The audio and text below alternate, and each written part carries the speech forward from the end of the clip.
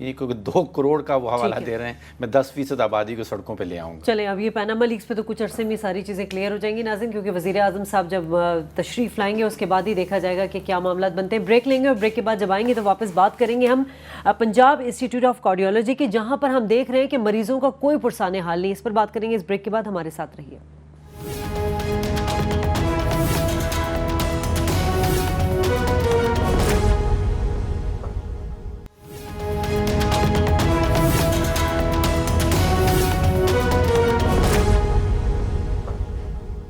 Programme میں آپ کو ایک بار پھر خوش آمدید کہیں گے ناظرین. پنجاب کو پیرس بنانے کے دعوے اور اپنے آپ کو خادم اعلیٰ کہلانے والے شہباز شریف، جن کی کل ہی ایک نیوز آئی ہے کہ ان کے جو اپنے اثاثے ہیں وہ تقریباً 52 کروڑ کے آس پاس ہیں، اور اس وقت صورتحال یہ ہے پنجاب میں کہ وہاں کے جو سرکاری اسپتال ہیں ان کا کوئی پرسان حال نہیں. خاص طور پہ ہم بات کریں جو دل کے پیشنٹ ہیں پنجاب انسٹیٹیوٹ آف کارڈیولوجی کے، وہاں پر یہ اطلاعات ہے کہ جو مریض ہے ان کو 1 سے 3 سال کا وقت دیا جا رہا ہے آپریشن کے لیے. ڈاکٹر صاحب یہ مطلب دل کے مریض ہیں، ٹھیک ہے ایک الیکٹیو سرجری ہے، ٹائم تو دیا جاتا ہے، مگر 2-3 سال کا وقت دیا جا رہا ہے. دیکھیے شازیہ، اس صدی میں اس وقت میں اگر کسی ریاست نے آگے بڑھنا ہے تو جب تک وہ نالج ریولوشن کی جو بات کرتے ہیں، جب تک تعلیم کے اوپر ہم پیسے نہیں خرچیں گے، جب تک ہم صحت کے اوپر پیسے نہیں خرچیں گے، اس وقت ملک کہیں جانے والا نہیں ہے. باقی باتیں جتنی مرضی کر ڈالیں. یہ زمانہ ہے ملینیم ڈیولپمنٹ گولز. 2000 میں ہم نے ساری دنیا کے سامنے بیٹھ کے وعدے کیے کہ یہ کریں گے، وہ 2015 تک پورے نہیں ہو پائے. اب وہ سسٹینیبل ڈیولپمنٹ گولز شروع ہو چکے ہیں. دیکھیے صحت کے حوالے سے اگر پنجاب کی بات کرتے ہیں تو آبادی اس صوبے کی ہے تقریباً 11 کروڑ، اور جو بجٹ ہیلتھ کا بجٹ، صحت کے حوالے سے بجٹ ایلوکیٹ کیا گیا تھا لاسٹ ایئر 2015-16 میں، وہ 166 ارب کا تھا، جس کا مطلب یہ ہے کہ ہم فی کس ہر پنجاب میں رہنے والا بچہ، بوڑھا، مرد اور عورت کے حصے میں 1500 روپیہ سالانہ ہیلتھ کا بجٹ ہے. اب وہ $15 US بن جائے گا. افغانستان کا میں دیکھ رہا تھا وہ $55 خرچ کر رہے ہیں، انڈیا $61 خرچ کر رہا ہے، اور امریکہ ایک دوسری اینڈ پہ ہے وہ $10,000 خرچ کر رہا ہے. تو ایک تو جب تک ہم پیسہ نہیں خرچیں گے، اور دوسرا پھر اس پیسے کی مینجمنٹ بھی ٹھیک ہونی چاہیے. پنجاب انسٹیٹیوٹ آف کارڈیولوجی 2012 میں آپ کو یاد ہوگا کہ وہاں جعلی ادویات کا ایک بہت بڑا اسکینڈل تھا. 100 لوگ جہاں بحق ہو گئے تھے جعلی ادویات کھانے کے نتیجے میں. ایاز صاحب، وہاں پہ اب کہا یہ جاتا ہے کہ اگر آپ کو وہاں جانا پڑے تو 3 اشخاص ایسے ہیں جن کی جب تک آپ سفارش لے کے نہیں جائیں گے تو آپ کو وہاں ٹریٹ نہیں کیا جائے گا. سب سے پہلے اگر سب سے بڑی سفارش آپ کے پاس ہو تو وہ چیف منسٹر صاحب کی چاہیے. دوسرے نمبر پہ وہاں خواجہ احمد حسن صاحب ہیں جو وہاں بورڈ کے چیئرمین ہیں، اور پھر ڈاکٹر ندیم ملک صاحب ہیں جو اس انسٹیٹیوٹ کے ہیڈ ہیں. ان کی سفارشات کے بغیر وہاں جانا جو ہے وہ کچھ بنے گا نہیں آپ کا. اب اگر ہسپتال کو آپ دیکھیں، 1 کروڑ صرف لاہور کی آبادی ہے. وہاں پہ 2 کورنری کیئر یونٹ ہیں اس ہسپتال میں. آج صاحب ایک کورنری کیئر یونٹ 1 کہلاتا ہے، ایک 2 ہے، اور دونوں کو ملا کے صرف 24 بیڈ ہیں. 1 کروڑ لاہور کی آبادی، یہاں 24 بیڈ ہیں ہمارے پاس. جو ایمرجنسی ہے وہ حکومت نے 14 بیڈ لگا کے دیے ہیں، اور پھر وہاں پہ ڈاکٹرز جو ہیں انہوں نے کوئی 10 کے قریب وہاں پہ ویل چیئرز رکھ لی ہیں. وہاں پہ پیشنٹ کو بٹھاتے ہیں اور وہیں پہ ان کا علاج ہوتا ہے. بہت سارے پیشنٹ کا جو ہے وہ زمین پہ لٹا کے علاج ہو رہا ہوتا ہے. اب ٹوٹل ہسپتال میں 420 بیڈز ہیں. جو بجٹ دیا گیا ہے پنجاب انسٹیٹیوٹ آف کارڈیولوجی کو وہ سالانہ 2.2 ارب روپے کا ہے. اس کو اب اگر آپ کمپیئر کریں تو اورنج لائن 162 ارب کی ہے. تو یعنی کہ 75 ہسپتال اس قسم کے سالانہ اس خرچے میں سے نکالے جا سکتے ہیں. اور اگر 36 کے قریب شاید ڈسٹرکٹس ہیں پنجاب میں، اس کا مطلب ہر ڈسٹرکٹ میں 2 ایسے ہسپتال، ان کا سالانہ خرچہ جو ہے وہ صرف ایک اورنج لائن سے نکالا جا سکتا ہے. ایاز صاحب، دل صرف پرائم منسٹر کا ہے کہ اس کے علاج کے لیے وہ لندن جائیں؟ غریب کے دل کی کوئی ویلیو نہیں ہے؟ نہیں، پر میں تو حیران ہوں کہ آپ کو اس بات پہ حیرانگی ہو رہی ہے. صحت جو ہے وہ پرائیورٹی ہے ہی نہیں، نہ فیڈرل گورنمنٹ کی ہے نہ پاکستان کی بحیثیت ریاست ہے. یہ صرف پنجاب کی یہ حالت نہیں ہے. جہاں پہ اشرافیہ ہے، جو طاقتور لوگ ہیں، ان کا علاج وہ خود کرا لیتے ہیں. لنڈن میں فلانا انہیں چھینک آتی ہے تو کہتے ہیں ہم معائنے کے لیے جا رہے ہیں. شہباز شریف جو جس پروونس کی آپ بات کر رہے ہیں، ان کے کمر میں درد ہوتا ہے فلانا، تو لنڈن نیو یارک سے کم کوئی چیک اپ نہیں کرتے. باقی آپ چھوڑیں، انہوں نے مطلب ہے عدم اعتماد کا ووٹ اپنے ہسپتالوں پہ بھی دیا ہوا ہے، اپنے ڈاکٹروں پہ بھی دیا ہوا ہے. یہاں ترجیحات کی بات ہے. آپ نے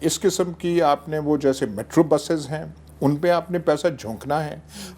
آپ وہ جو جسٹیفیکیشن آپ دیکھیں چیف منسٹر دیتے ہیں کہ غریب آدمی ٹریول کرتا ہے میٹرو بس پہ اور اورنج لائن پہ کرے گا, اور یہ امیر آدمی کاروں والے جو ہیں یہ نہیں چاہتے کہ غریب آدمی صبر. تو یہ جو پی آئی سی کی جو ویٹنگ لسٹ ہے آپ کی, یہ کوئی امیر آدمیوں کی بنی ہوئی ہے 10,000 جو انتظار کر رہے ہیں کہ ہماری باری وہ کب آئے گی. صحت جو ہے آپ ہسپتالوں کو جا کے معائنہ کریں, اور یہ بات بالکل ٹھیک ہے, جب تک آپ کی سفارش نہیں ہوگی آپ کو ٹھڈے لگتے رہیں گے. آپ کی بیماری تو ایک جگہ ہوگی, پر وہ جاتے جاتے جاتے کوئی آپ کو صحیح منہ سے دیکھ لے, اوور ورکڈ ہیں, انڈر فنڈڈ ہیں, کوئی بات نہیں ہے. یہ ایک ڈیزاسٹر ہے. میں ایک چیز سے اختلاف کروں گا ڈاکٹر صاحب سے کہ ترقی کے لیے ضروری ہے ہم یہ ترقی کی بات نہیں ہے ڈاکٹر صاحب, یہ ایک ریاست کی بنیادی ایک ذمہ داری ہے, چاہے سے ترقی ہو یا نہ ہو. جب آپ منتخب ہوتے ہیں آپ کی ذمہ داری ہے, آپ نے لوگوں کو تعلیم دینی ہے یا نہیں دینی, آپ نے ان کی صحت کے لیے کچھ کرنا ہے یا نہیں کرنا. سر تعلیم والا معاملہ تو آئین میں گارنٹی کیا گیا ہے. سر آئین میں تو بہت ساری چیزیں گارنٹیڈ ہیں, وہ جو پرنسپلز اور پالیسیز کو لے کے آپ اسے کاٹ کے میرے خیال نکال دینا چاہیے. اس آئین میں ان کی جگہ نہیں ہونی چاہیے, اور یہ لفاظی جو ہے ہمارے آئین میں بہت زیادہ ہے, اور اس سے کوئی عملی سچویشن میں کوئی فرق نہیں پڑتا. پر صحت آپ کسی تحصیل جو ہے ڈی ایچ کیو میں آپ چلے جائیں, کہیں بھی چکوال چلے جائیں, گجر خان چلے, آپ کو وہی ہوگی, کسی کی سفارش کے بغیر آپ کو اٹینشن تب ملے گی. ڈاکٹر ہاتھ پہ ہاتھ رہ کے بیٹھے ہوتے ہیں, ان کا ایٹیچیوڈ بھی اس انوائرنمنٹ میں کام کرنے کی وجہ سے ڈاکٹرز ڈی مورلائز پھرے ہوتے ہیں. وہ آدھے پرائیویٹ پریکٹس شام کو کریں تو ایک دم ایسے لگتا ہے جیسے بوسٹر شاٹ لگ گیا ہے. وہ ایک ڈاکٹر صاحبہ ہیں خود, وہ اپنے والد کو لے کے گئی ہیں پی آئی سی میں, پنجاب انسٹیٹیوٹ آف کارڈیولوجی میں. اس دن ان کا آپریشن اپوائنٹمنٹ تھی ان کی, لیکن ان کو کہا گیا کیونکہ آپ کے پاس سامان آپ ساتھ نہیں لائیں, ہمارے پاس کوئی سامان ہے نہیں ان کا علاج کرنے کے لیے, تو ان کو پھر 6 مہینے کی ڈیٹ دے دی. دیکھیے بات یہ ہے ڈاکٹر صاحب کہ یہ سچویشن ہو کے آدمی کو تو ابل پڑنا چاہیے کہ ہم کیسے ٹالریٹ کرتے ہیں, لیکن چل رہا ہے چل رہا ہے چل رہا ہے. حکمران جو ہیں صرف پنجاب کے خادم اعلیٰ نہیں, سارے جو ہیں پریویس گورنمنٹس میں باتیں ایسی کریں گی غریبوں کی اور غربا کے لیے اور عوام کے لیے اور فلانے کے لیے, لیکن ایکچول کرتوت جو ہمارے زمین پہ ہیں وہ یہ ہے. سر ہیلتھ اس اسلامی ریاست کی پرائیورٹی نہیں ہے. سر تعلیم بھی نہیں ہے, تعلیم اس اسلامی قلعہ اسلام کی پرائیورٹی نہیں. تو تعلیم اور صحت نہیں تو پھر رہ کیا گیا؟ نہیں ہے. ہماری جنہوں نے فیسیں دینی ہیں ان کے اپنے اسکول بنے ہوئے ہیں, اپنے کالجز بنے ہوئے ہیں, اور آپ کے یہ جو سارے لوگ جو باہر یونیورسٹیز میں جاتے ہیں ڈاکٹر صاحب, اگر یہ سائنس اور میتھس اور فزکس پڑھنے جائیں تب تو ہے ٹھیک. زیادہ میجورٹی جو ہے فضول سبجیکٹس میں پڑھنے جاتی ہے کیونکہ ان کے ماں باپ کے پاس پیسہ ہے, اور ان کے لاڈلے بچے کہتے ہیں ہم نے تو پڑھنا ہی وہاں ہے. وہ فضول سی ڈگریز لاء میں اور ایم بی اے میں اور اس قسم کی وہ وہاں کے لے آتے ہیں جو آپ کے لیے کوئی کام کے نہیں. یہاں پہ تو بین ہونا چاہیے کہ جو سرکار کا آدمی ہے وہ سوائے سائنسز میں, میتھمیٹکس میں, باہر کی تعلیم پہ پاکستان میں مکمل پابندی ہونی چاہیے. سائنس پڑھنی ہے تو جاؤ, فزکس پڑھنی ہے تو ہارورڈ اور ییل اور فلانے میں جاؤ. یہ فضولیات کے لیے آپ وہ جا کے وہ جینے پہن کے وہاں پہ آپ نے وہ تعلیم کرنی ہے. کون سا ہمارے حکمرانوں کی بے حسی, آپ مٹھی میں دیکھ لیں, تھر میں دیکھ لیں کیا حالات ہے, بچے مر رہے ہیں وہاں پہ. پنجاب میں یہ حال ہے اور آپ لوگ لندن میں جا کے علاج کرا رہے ہیں. شازیہ آپ تھر کا کیوں نام لے رہی ہیں؟ تھر تو ہے ہی نا, آفت زدہ وہ ہے مٹھی وغیرہ کا, تھر پارکر کا علاقہ. آپ لاہور کی بات کریں, اسلام آباد کی بات کریں, آپ یہاں کے ہسپتال میں چلے جائیں. جو اب پیمز میں جو نیا رول بنا ہے کہ جو اسپیشلسٹ ہیں وہ پرائیویٹ پریکٹس کر سکتے ہیں ہسپتال میں رہ کے, اپنے کلینک سے بہتر ہے کہ وہ ہسپتال میں کریں, لیکن ان کے پاس کون جائے گا جو پیسہ ان کے فیس دے سکتے ہیں. اور یہی ڈاکٹر, اور یہ ہماری فوج میں بھی رواج ہے, جو ایک گندی پریکٹس ہے, اپنے سی ایم ایچ اور ایم ایچ اے میں بھی ڈاکٹرز جو ہیں وہ پرائیویٹ پریکٹس کرتے ہیں. صبح مریضوں میں جب وہ دیکھتے ہیں تو ان کے آپ دیکھیں گے کہ منہ پہ ایسا بوجھ ہوتا ہے, اور وہی پیشنٹ جب پرائیویٹ پیشنٹ دیتے ہیں آنکھیں کھل جاتی ہیں,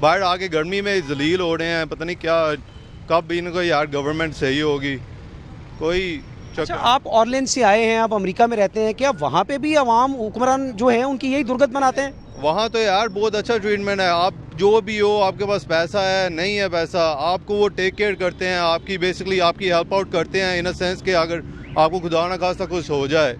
لیکن یہاں تو کوئی چکر ہی نہیں ہے, بالکل اس سے میں کہتا ہوں 10% بھی نہیں ہوگا چکر. ایسا اندر اپنے پیشنٹس کی اوور آل صورتحال کیا دیکھی ہے؟ بہت بری ہے یار. اندر تو ویسے ہے جیسے آپ ہاسپٹل میں ہو ہی نہیں, جیسے آپ بیسکلی کسی کوئی نارمل سی چھوٹی سی دکانوں میں ڈاکٹر نہیں بیٹھے ہوتے, ویسے ہو آپ اندر بیسکلی. جی, جیسا کہ آپ یہ سن رہے تھے کہ اس وقت سکندر نے جو صورتحال بتائی ہے, کیونکہ ان کی جو ہیں وہ دادی یہاں پہ زیر علاج ہیں. اندر ہم نے بھی جا کے جو صورتحال دیکھی ہے, ایک بیڈ کے اوپر 4 5 پیشنٹس موجود ہیں. 2019 تک کے آپریشنس کی جو ہیں وہ ڈیٹس دی گئی ہیں, اور ہزاروں کی تعداد میں وہ پیشنٹس ہیں جن کو آپریشنس کی ڈیٹس دی گئی ہیں. یہاں پہ جو ڈاکٹرز ہیں انہوں نے ہمیں یہاں پہ اندر داخل نہیں ہونے دیا. اس وقت ہم باہر سڑک پہ کھڑے ہو کے بات کرنے پہ مجبور ہیں. بہت سارے ایسے پیشنٹس جن کے بائی پاس کے آپریشنس ڈیو ہیں, وہ یہاں پہ ویل چیئر پہ باہر سخت گرمی پہ سڑنے پہ مجبور ہیں. اور صورتحال یہ ہے کہ جب ان سے بات کرنے کی بات کی گئی تو وہ تو بات کرنے پہ راضی تھے, لیکن حکام جو ہیں وہ ان کو اس طرح سے خوفزدہ کر رہے تھے پیچھے کھڑے ہو کے کہ آپ کے آپریشن میں کوئی پرابلم ہو سکتی ہے, تو پھر وہ لوگ بات کرنے سے ہچکچا اٹھے. اسی طرح دوسری بھی یہی صورتحال ہوئی, تیسری بھی یہی صورتحال ہوئی, اور اب یہ صورتحال ہے کہ ہم یہاں پہ باہر کھڑے ہیں, اور باہر کچھ لوگ جو دلیر ہیں, نوجوان ہیں, اور وہ سمجھتے ہیں کہ ان مسائل کے اوپر بات ہونی چاہیے, تو انہوں نے اس کے اوپر بات کی ہے. یہاں پہ میں نے آپ کو جیسے کہ بتایا کہ ایمرجنسی وارڈ میں صرف 14 بیڈز ہیں, آئی سی یو کے اندر صرف 60 بیڈز ہیں, جبکہ جو سی سی یو ہے جو کہ سب سے امپورٹنٹ ہے وہاں پہ صرف 20 بیڈز ہیں. اب صورتحال یہ ہے کہ یہاں پہ جو پرائیویٹ پیشنٹ ہے اس کا تو بالکل فوری طور پہ آپریشن کر دیا جاتا ہے, کیونکہ وہ پیسے پے کرتا ہے اور اس کی پوری فیس ڈاکٹر کو پے کرتا ہے. لیکن جو غریب پیشنٹس ہیں ان کے دکھ دلدر کو دیکھنے والا یہاں پہ کوئی نہیں ہے. 2012 کا جیسے کہ آپ نے پوائنٹ آؤٹ کیا, 2012 میں بھی یہاں پہ ایک بہت بڑا واقعہ ہوا تھا. سینکڑوں پیشنٹس پورے پنجاب میں جن کو ایک سپوریس میڈیسن یعنی ایک دوا جو خراب تھی وہ فراہم کی گئی, جس سے وہ اپنی جانوں سے گئے, اور اس کے بعد ایک بہت بڑی انکوائری امراض کے اور ہسپتال نہیں ہے کیا لاہور میں؟ جی, لاہور کے اور ہسپتال نہیں ہے جو اتنا رش اس کے اوپر لگا رہتا ہے؟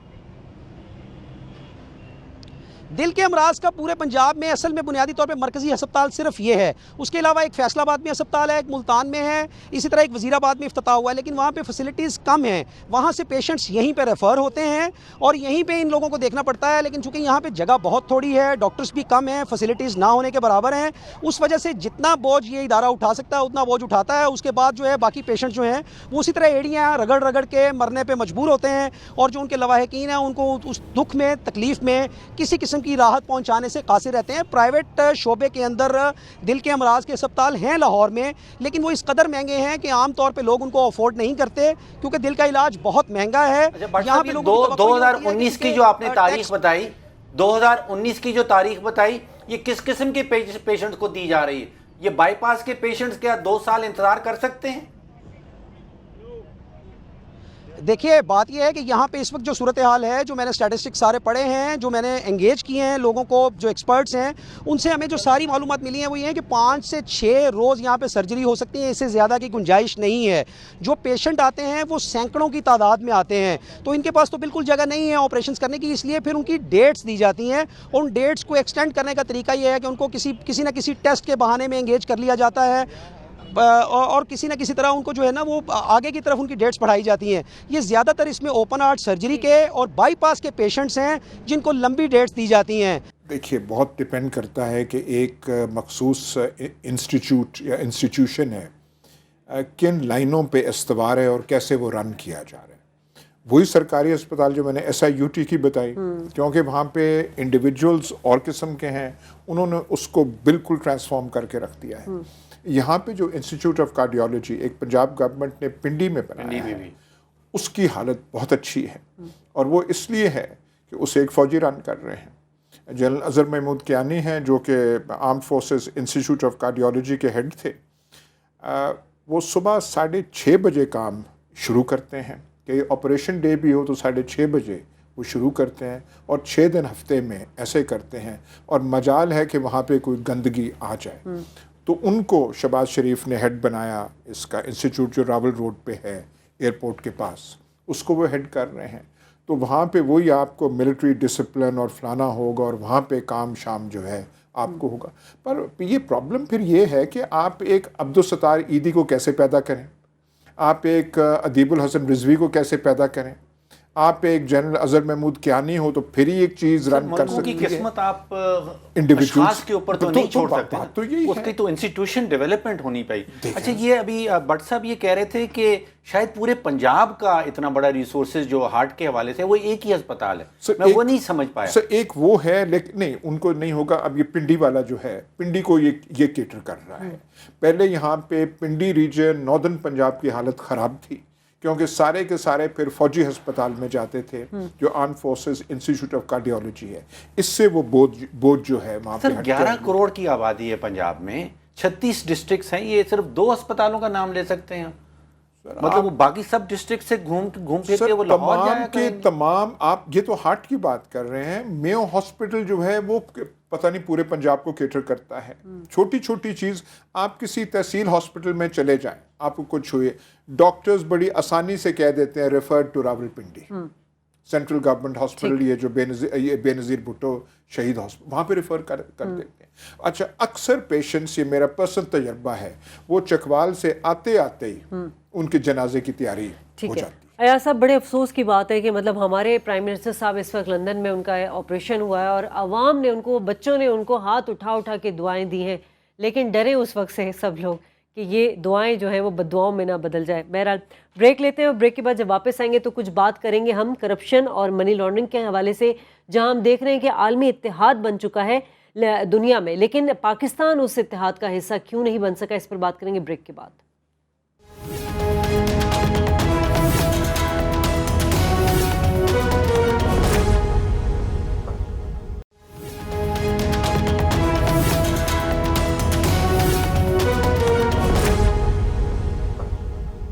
ویلکم بیک ناظرین. اور جیسے کہ ہم نے دیکھا تھا کہ پاناما لیکس پر کرپشن کو لے کے جہاں جتنی باتیں پاکستان میں اٹھے اس سے کہیں زیادہ جو ہے وہ عالمی دنیا میں ہمیں ایک شور برپا سنائی دیا گیا, اور بین الاقوامی اینٹی کرپشن ادارے تو دنیا بھر میں موجود ہیں, مگر حیرت کی بات یہ ہے کہ پاکستان کرپشن کے خلاف عالمی اتحاد کا حصہ نہیں بن سکا. ڈاکٹر صاحب کیا وجہ ہے کہ کرپشن جو ہے وہ ناسوروں کی طرح ہماری جڑوں کو کھوکھلا کر رہا ہے, مگر ہم نے کبھی اس طرف دھیان نہیں دیا؟ شازیہ دنیا بھر میں سمجھتا ہوں کہ یہ پیناما پیپرز کے بعد, پیناما لیکس کے بعد ایک نئی لہر سی دوڑ رہی ہے. کچھ ادارے پرانے ہیں, بہت سارے ادارے نئے بھی بنائے جا رہے ہیں. پرانے ادارے جو ہیں ان میں ایک نئی روح سی جیسے پھونک دی گئی ہے. باتیں 3 ہو رہی ہیں. ایک تو بات ہو رہی ہے ٹیکس چوری کا کام کس طرح ختم کیا جائے, ٹیکس چوری کی روک تھام کس طرح کی جائے. دوسری بات ہو رہی ہے منی لانڈرنگ کو کس طرح روکا جائے, اور تیسری بات ہو رہی ہے کرپشن, وائٹ کالر کرائم کو کس طرح روکا جائے. ایک financial action task force for money laundering کہلاتی ہے, اس میں دوبارہ سے جان روح پھونک دی گئی ہے, وہ دوبارہ سے ایکٹیو ہو رہی ہے.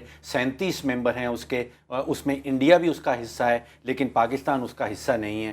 اسی طرح ایک اور انیشیٹو ہے, وہ کہلاتا ہے حدیث ٹیکس انیشیٹو. یہ حدیث اس لیے کہلاتا ہے کہ حدیث ابابا میں یہ شروع ہوا تھا. اس کے 30 ممبران ہیں, اگین اس میں بھی پاکستان نہیں ہے. یہ ٹیکس ایویژن کے حوالے سے بڑا ایکٹیو ہے.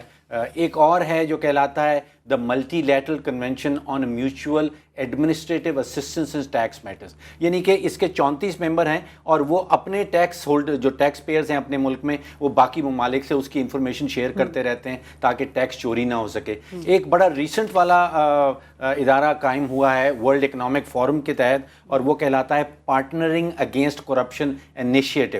یہ بڑا مشہور ہو رہا ہے لیکن پاکستان ان میں سے کسی اداروں کا حصہ نہیں ہے اس وقت, اور نہ ہی کوئی نیت نظر آ رہی ہے کہ بنے. ٹھیک ہے, ہمارے ساتھ اس وقت موجود ہیں ٹیلی فون لائن پر جسٹس ریٹائرڈ ناصرہ جاوید اقبال. بہت شکریہ میڈم آپ کا. یہ فرمائیے گا کہ کرپشن سے تدارک کے لیے پاکستان کی نیت نہیں ہے, جو پاکستان جو ہے وہ عالمی اتحاد کا حصہ نہیں بن رہا؟ ظاہر نیت نہیں ہے, اور اس کی سب سے بڑی وجہ یہ ہے کہ جن لوگوں کے ہاتھوں میں ہم نے اپنی امانتیں دی ہیں, اور امانتوں سے مطلب ہے کہ ہمارا ووٹ, اور ان کو ہم نے قیادت کا حق دیا ہے اپنے ووٹ کے ذریعے, وہ تو سب آپس میں ملے ہوئے ہیں. اور یہ جو چارٹر آف ڈیموکریسی کہتے ہیں, دس از اونلی اے کلوژن, کہ کیسے ہم ایک دوسرے کو بچا لیں. تو کوئی وقت خطرے کا آئے تو کوئی کسی کا ساتھ دے دیتا ہے کہ جی ہم کسی چیز میں شامل نہیں ہونا. اگر اس میں کچھ ہو جائے, دراڑ پڑ جائے, تو پھر تو شاید موقع ہو. دیکھیے یہ جیسے ابھی بات ہوئی کہ کسی اینٹی کرپشن کنونشن کا پاکستان حصہ نہیں, اور بلکہ عجیب سی بات ہے, میرا خیال ہے 44 ممالک ہیں جنہوں نے کنونشن اگینسٹ کرپشن 2005 سائن کی تھی, اور کہنے کو یہ ہے کہ جو ایکٹیو انفورسمنٹ اینٹی کرپشن ہو رہی ہے وہ صرف 4 ممالک کر رہے ہیں، 6 کو ماڈریٹ سے کر رہے ہیں اور 9 لمیٹڈ کر رہے ہیں، اور باقی دنیا کے ممالک کا نہیں۔ آج کل دنیا بھر میں کرپشن بہت زیادہ ہو گئی ہے، اور ہمارے یہاں تو قائد اعظم نے کہا تھا کہ آپ کرپشن سے اپنے آپ کو بچائیں، یہ ہمارا سب سے بڑا خطرہ ہے، لیکن اسی چیز کو ہم نے اپنا لیا۔ اور میں سمجھتی ہوں کہ اس میں بہت سا حصہ اس بات کا ہے کہ یہاں غصب جو ہے وہ اتنا رائج رہا ہے، 10 سال تو 3 غاصب یہاں رہے ہیں یہاں پہ، جو ان کے جی میں آئی انہوں نے کیا، اور پھر وہ انہوں نے آنکھیں بند کر کے رکھی کہ جو مرضی کرپشن کرے۔ نتیجہ یہ ہے کہ جب جمہوریت آئی تو وہی کچھ اپنا ساتھ لبادہ اوڑھ کے کرپشن کا آئے۔ جسٹس صاحبہ، ایک عالمی لہر سی نظر آ رہی ہے، اور اسپیشلی یہ پینما پیپرز کے بعد بہت سارے ممالک نے پرانے اداروں کو دوبارہ زندہ کر دیا ہے، نئے بہت سارے ادارے بن رہے ہیں، تو یہ عالمی لہر سے پاکستان جیسا ملک بچ تو نہیں پائے گا؟ بچ جائے گا، مجھے تو لگتا ہے۔ دیکھیے یہاں پہ آدھی سے زیادہ ہماری عوام جو ہے وہ خط غربت کی سطح سے نیچے ہے، یہ بات درست ہے نا؟ ان کو تو اتنی فرصت ہی نہیں کہ وہ سوچیں کہ ہمارے قائدین کیا کر رہے ہیں، یا جن کو ہم نے اپنی امانتیں سونپی ہوئی ہیں ان میں خیانت کر رہے ہیں یا صادق اور امین ہے۔ جسٹس صاحب، اس کی وجہ بھی تو کرپشن، پارٹلی اس کی وجہ بھی کرپشن ہے جو اتنی زیادہ غربت ہے ملک میں۔ جی ہاں وجہ ہے، لیکن لوگوں کو سوچ کا موقع نہیں۔ اس لیے تو دیکھیں اتنا کچھ یہاں پہ جب ظاہر ہوا ہے پینما لیک کے ذریعے اور اتنے سارے لوگوں کے نام آگے آئے، کوئی بندہ سڑک پہ نکلا؟ ان کو فرصت نہیں ہے، 2 وقت کی روٹی نہیں، ان کو نصیب اسی تگ و دو میں لگے ہوئے ہیں، تو یہاں کون اس کے خلاف کرے گا؟ اور جو پڑھے لکھے لوگ ہیں یا جو متمول طبقے کے ہیں وہ تو خود سارے بیچ میں شامل ہیں۔ پرائم منسٹر مودی صاحب سوئٹزرلینڈ جا رہے ہیں۔ جسٹس صاحب، ایک خبر ہم نے پڑھی ہے کہ پرائم منسٹر صاحب جو انڈیا کے پرائم منسٹر ہیں وہ جا رہے ہیں سوئٹزرلینڈ کسی قسم کا معاہدہ کرنے کے لیے، شاید وہاں کے بینکنگ اداروں سے۔ اگر کر لیں تو بہت ہی اچھا، اور اگر ہم بھی کر لیں تو اس سے اچھی تو بات ہی کوئی نہیں ہو سکتی۔ میں تو اس امید میں بیٹھی ہوں کہ ٹرمپ، جس کو ہم سب کہتے ہیں کہ وہ نہ آئے امریکہ میں صدارت پہ، وہ آ جائے، پاکستانیوں کو ویزے ہی نہ ملیں، تو ہمارے جو لوگ اپنے بچوں کو بھیج دیتے ہیں نا باہر اپنے وسائل کے ساتھ، وہ نہ بچے جائیں گے نہ وسائل جائیں گے، برین ڈرین بھی نہیں ہوگی، سب کچھ پاکستان کے اندر رہے گا، تو حالات یقیناً بہتر ہو۔ تو یہ جسٹس صاحبہ اینٹی کرپشن والا معاملہ بھی کہیں باہر والی طاقتوں کو پاکستان کے اوپر امپوز کرنا پڑے گا کہ ہم خود سے، ہماری سوسائٹی اس قابل نہیں ہے؟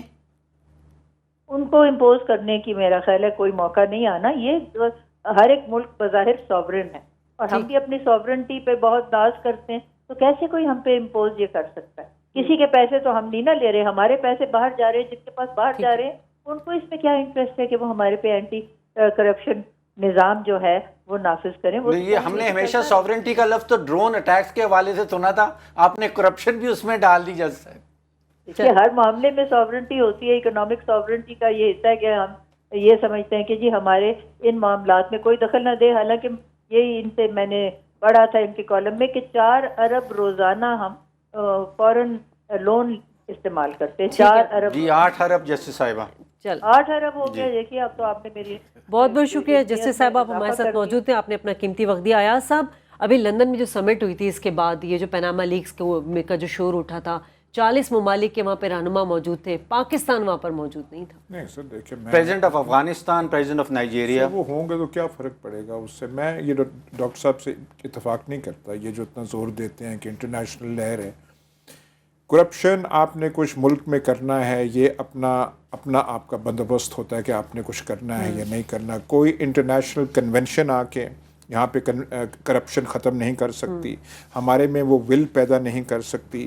یہ آپ کی سیاست میں، ہماری قسمت میں ہے تو یہیں کچھ ہوگا، یہ کہیں باہر سے نہیں ہوگا۔ سر ہمارا ووٹر مانگے گا تو ہوگا، ہمارا ووٹر اس وقت نہیں مانگ رہا کہ ہم نے کرپشن فری کرنا۔ سر ووٹر کی بات نہیں ہوتی، آپ کی جو لیڈرشپ ہے، آپ کی جو اشرافیہ ہے، آپ کی جو پولیٹیکل پارٹیز ہیں، یہ لیڈ ان کو دینی ہوتی ہے۔ ووٹرز ایسے وہاں سے تو نہیں آئے گی، وہ تو خود انوالوڈ ہیں۔ نہیں سر، بالکل نہیں ہے ایسے، یا تو کوئی پارٹی ہو جیسے کوئی، یا کوئی جس قسم کی بھی ہو کہ پارٹی آئے ایسے، وہ کرتی ہے، ٹھیک ہے، لیڈ ملے گی۔ ووٹر ڈیمانڈ نہیں کرے گا تو سپلائی نہیں ایسے ہوگا۔ ڈیمانڈ نہیں کرتا۔ اب ان باتوں سے تو یہی کنکلوڈ کیا گیا کہ ہمارے یہاں کرپشن ختم کرنے کی نیت نہیں، کیونکہ جو کرپشن ختم کرنے والے ادارے ہیں ان کے اپنے اندر جو ہمیں کرپشن نظر آتی ہے۔ بہرحال ڈاکٹر فاروق سلیم آپ کا بہت شکریہ، ایاز امیر آپ کا بہت شکریہ، شازیہ خان کو اس پروگرام سے اجازت دیجیے، اللہ نگہبان۔